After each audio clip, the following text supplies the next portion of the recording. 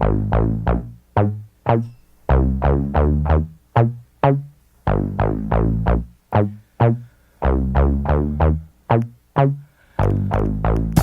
to Education Today. I'm your host, Kitty Kelly Epstein. Today we're interviewing Michael Houston, who is the auditor for the City of Oakland. Until very recently, I had no idea how important the role of the auditor was. I thought they did some kind of bookkeeping. But then I started looking into what our auditor is doing, and it got very, very interesting. He has the capacity to review and look at all kinds of institutions in the city that impact our families, and people should know more about him. So we have him on the show today, and he's going to be talking to us about the job of the auditor in general, and then also a very specific audit that he's been working on recently. Michael, welcome to Education Today. Great, thank you. Glad to be here. And we're very glad to have you. So I wonder if you could tell our listeners in general what the auditor of the city does. What is its capacity? What is its role, its job?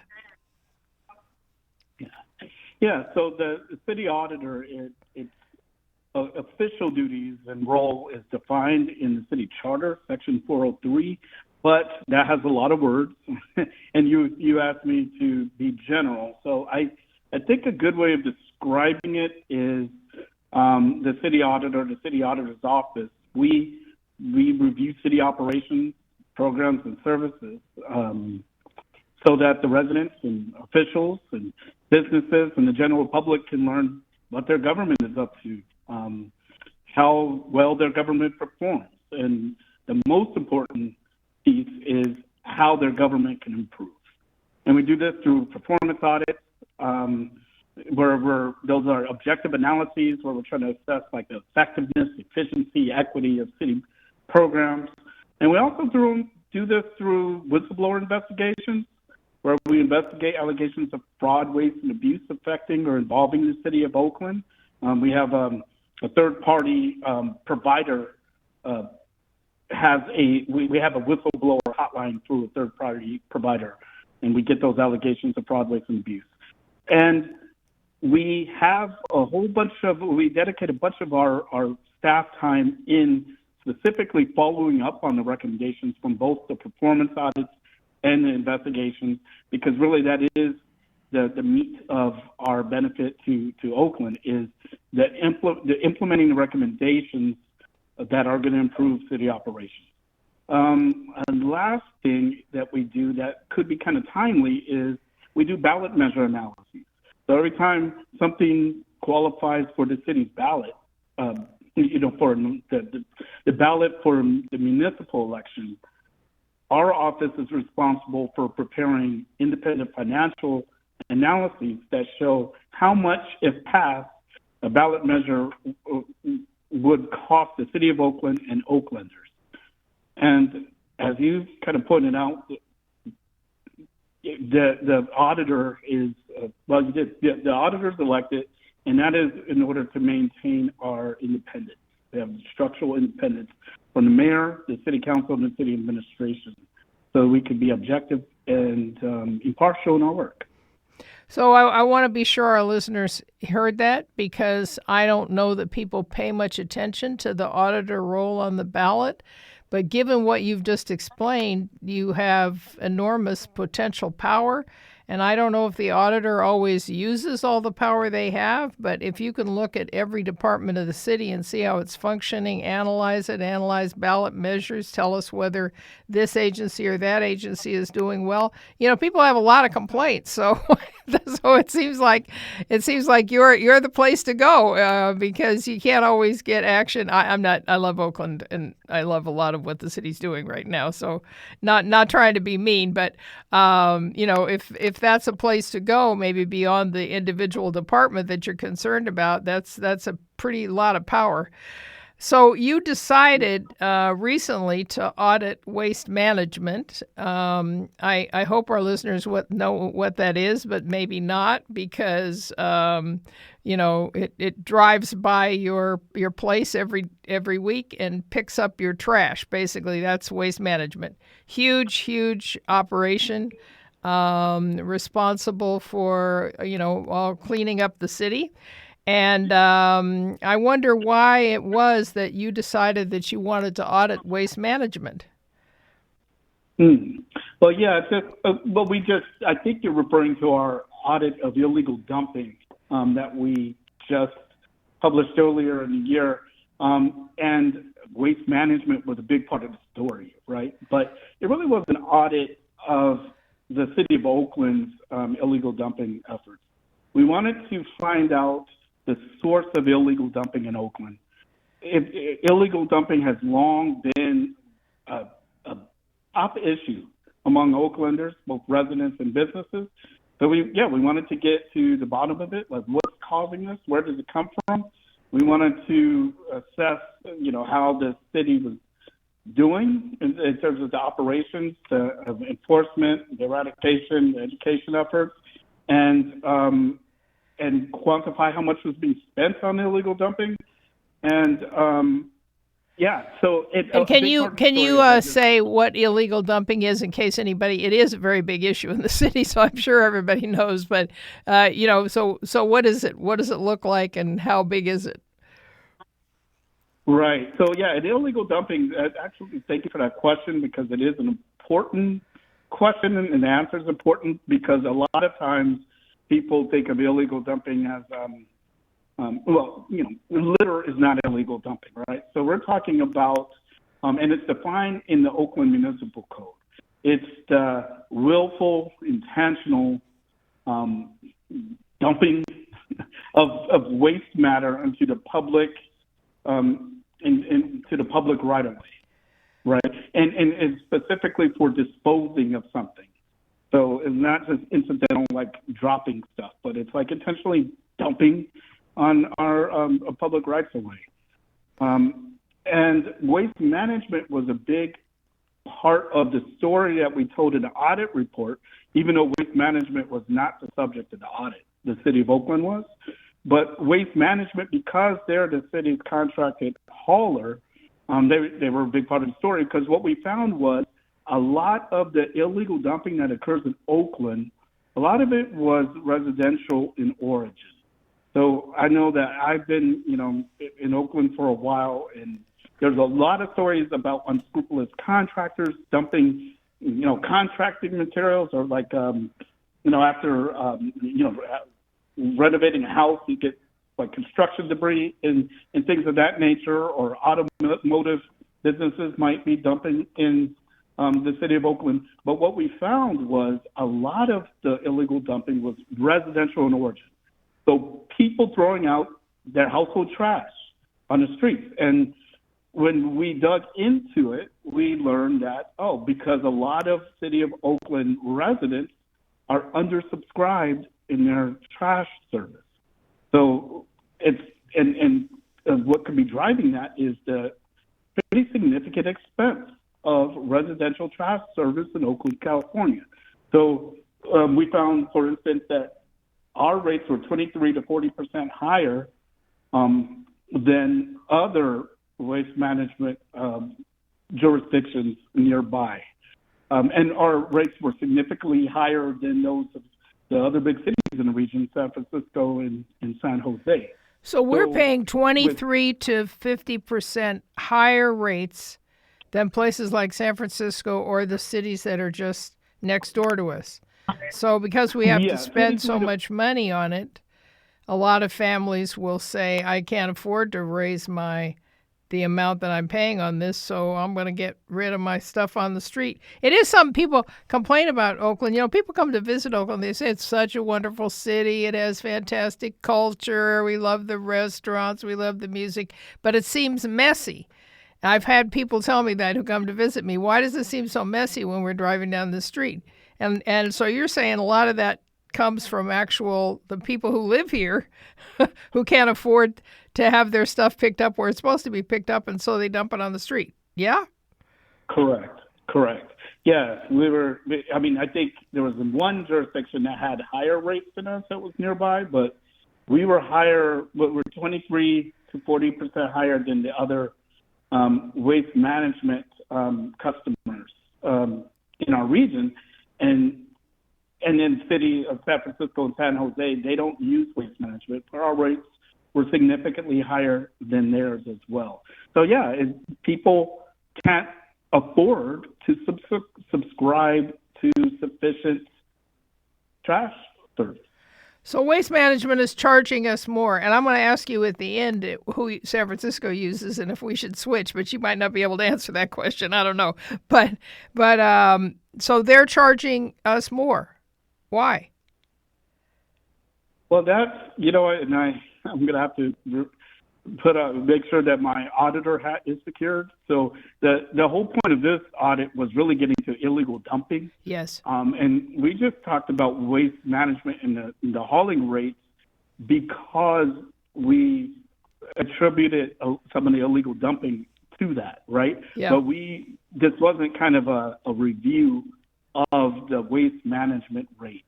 I see. Although now this audit has really, in my mind, triggered some questions. But I really don't know the answer to that. And that's one of the reasons why we had our first recommendation in the audit report was negotiating terms, not only more favorable, affordable terms, but also be transparent in why the rates are what they are. Because there is there is an important caveat to the conclusion that we pay more than other waste management customers.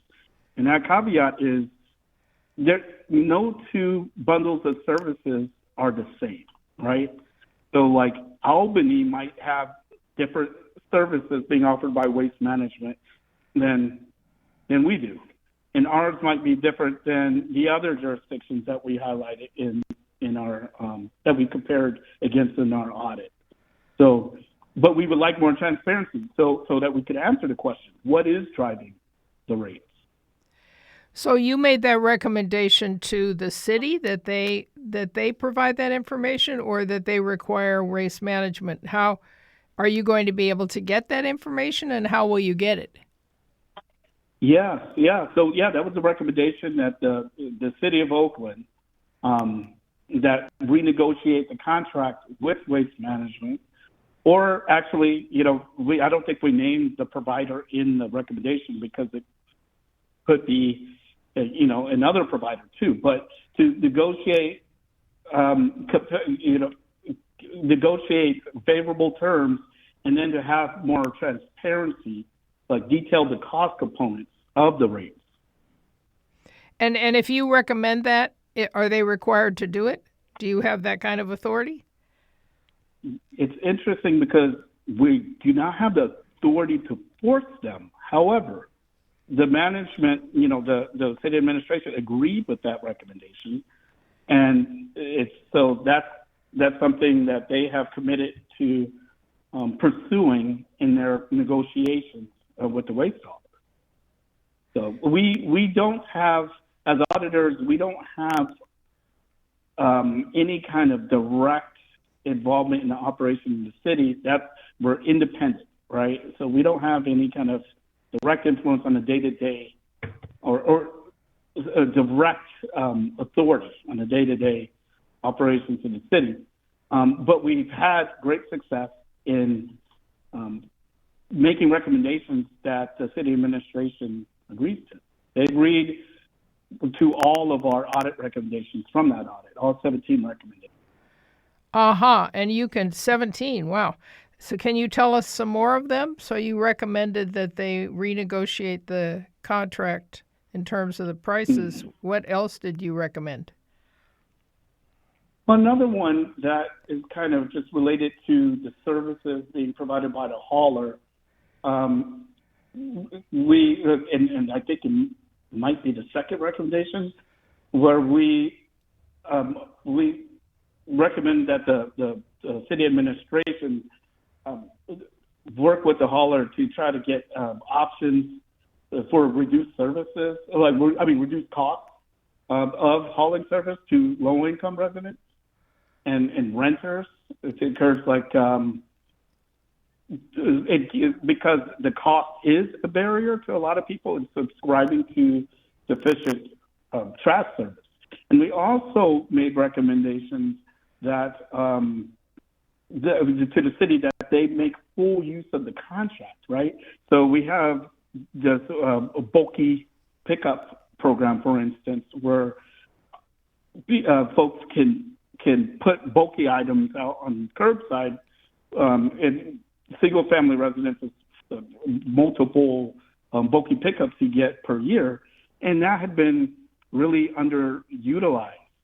And the multifamily residential subscribers were even more underutilized, or less utilized. So really getting promoting that, reminding folks of that as an option to get rid of bulky items, and then also keeping track of the Public Works Department should keep track of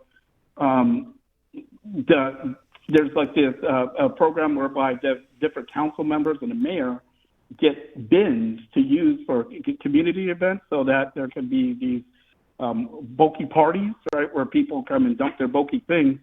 And there's a specific number of bins that Waste Management provides for those, but the city had not been using them. So there was, I know Mayor Barbara Lee did hold a bulky party, whatever it is, where people came and brought stuff. She just did one recently, but in general they haven't been calling those. So it would be up to the city to call them, not to an individual resident. I mean, I live in an apartment. Can I say I want to have a bulky party in front of my house and have people throw their stuff in there? I can't do that, right? It has to be called by the city.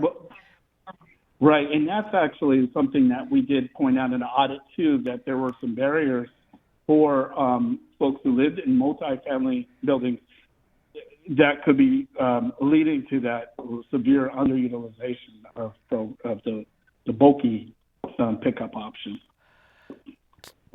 So that's one of the recommendations you had, was that lower income residents or people who don't live in single family housing would have more opportunities to have these things happen. Yes? Yeah, to subscribe. Well, particularly we were talking about just being able to set the rates such that, or to have it such that people who had low-income residents didn't have the disincentive to not subscribe to sufficient trash service, right? Because the little bin is cheaper than the big bin, right? But we don't want people to order the little bin just because it's cheaper. And it's in the city's interest to make sure that people subscribe to the amount of trash service that they need. So the extent to which people need a bigger bin, the city should explore ways to have the additional cost of doing that subsidized for low-income residents. And who is responsible for? So I'm very interested in the practicalities of this. Really happy that you did this audit, because I do think the illegal dumping is horrible, and it does make the city look awful, and it does. And also for most of us, we don't know who's responsible. We just say, oh, we got a lot of people in Oakland who dump stuff. Yeah, but that's not it. There's a lot more to it. So I'm glad you found out what the lot more is. And do our landlords have some responsibility for how much they order of from Waste Management? In other words, I can't order anything. I live in an apartment. Is my landlord supposed to do more than he does? Well, yeah, the landlords are responsible for ensuring sufficient garbage service. But there's not, that might not necessarily be happening. In fact, yeah, the municipal code requires or places that responsibility to the landlords, on the landlord. So people should hear this. If you live in an apartment, you and your neighbors, if you don't feel like stuff is getting picked up, maybe want to put some pressure on your landlord to make it happen.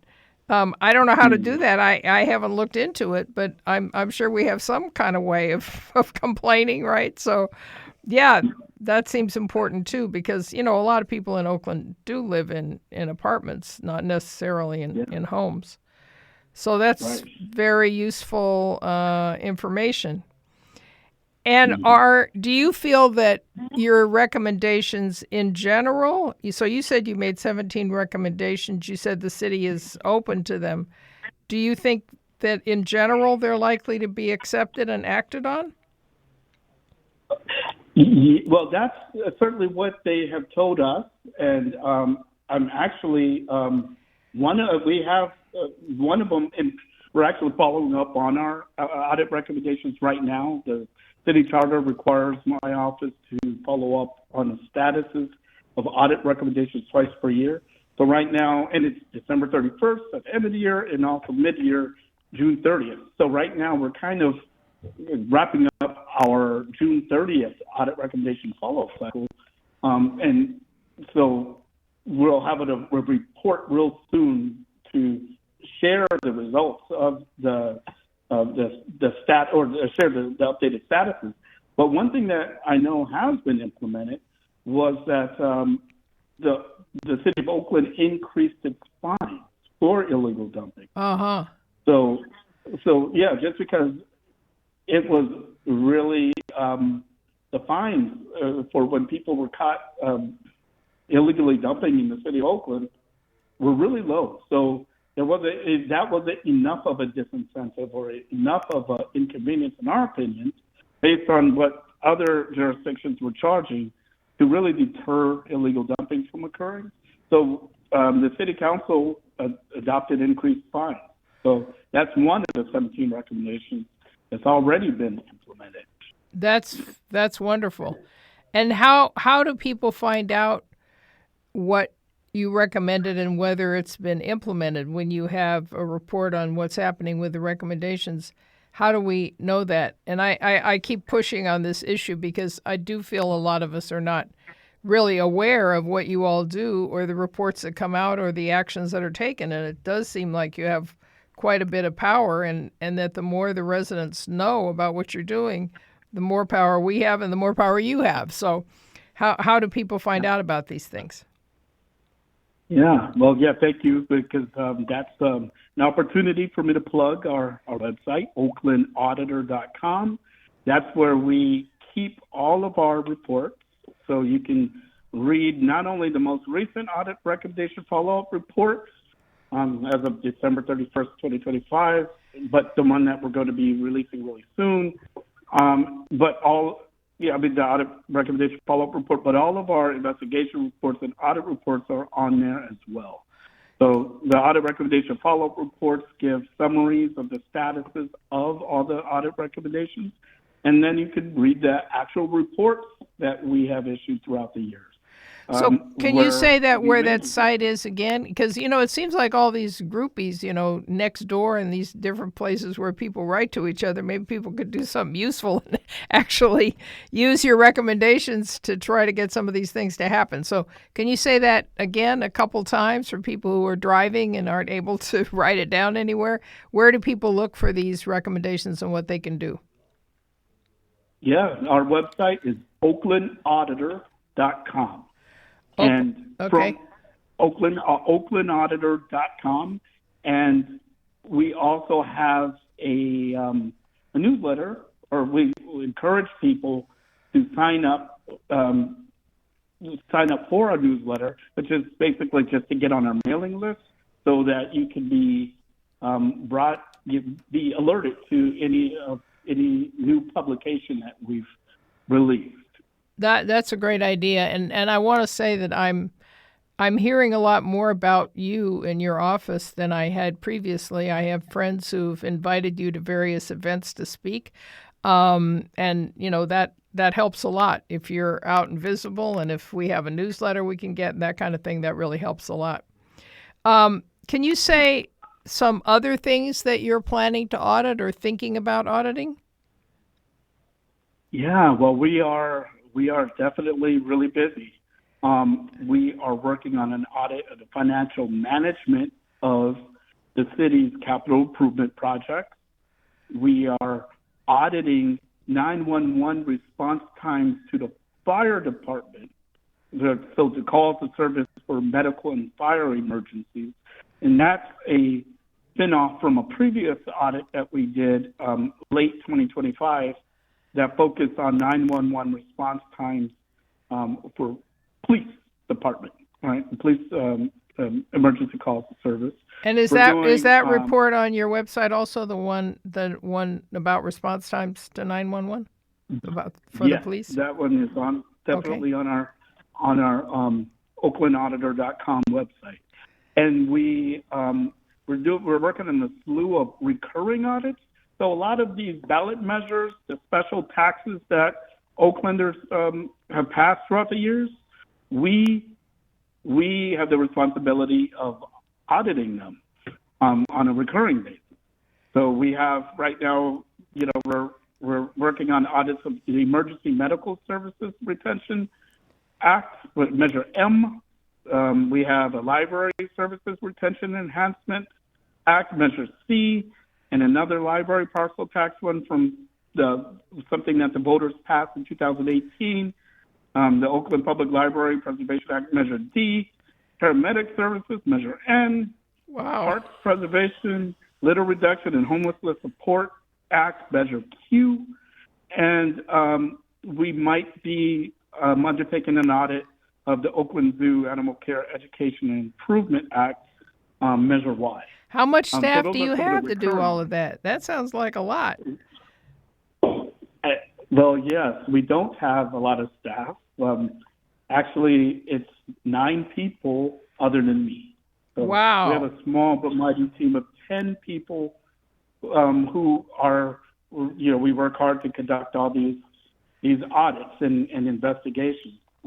That's why we really do take a lot of care in prioritizing or picking audits that really matter the most to the city and matter most to Oaklanders, because we don't have, lots of resources to audit everything all at once, right?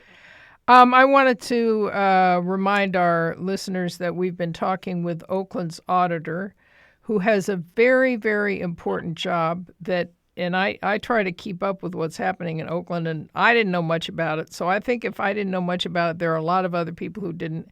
And this very important job has a lot of effect on what happens in the city, because they're able to do reports that recommend changes. And particularly today, our auditor has been talking about an audit about illegal dumping, which has implications for the people who provide us with waste services.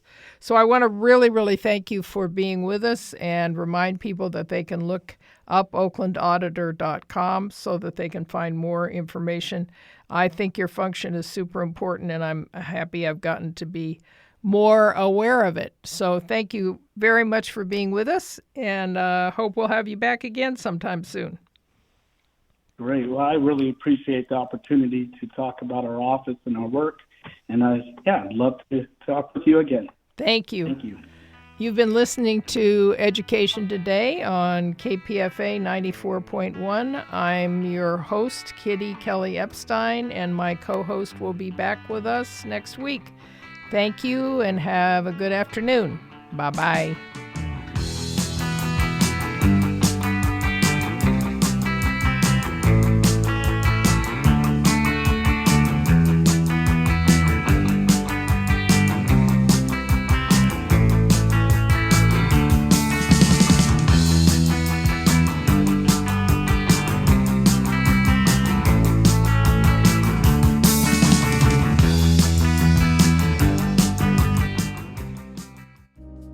American historian, author, and leading scholar of racism and anti-racism, Ibram X. Kendi. People are facing real challenges in this moment. And what Great Replacement Theory convinces people that the source of your challenges are those other people, or those people who are strangers, or those people you already don't like. And I think that's what makes this theory so dangerous, because people's livelihoods are suffering right now at the hands of the super rich. And some of those people within the super rich are heavily financing politicians to tell people that they're suffering because of people who are suffering even more than they are. Storytelling for social change, only on KPFA. This is 94.1 KPFA and 89.3 KPFB in Berkeley, 88.1 KFCF in Fresno, everywhere at kpfa.org.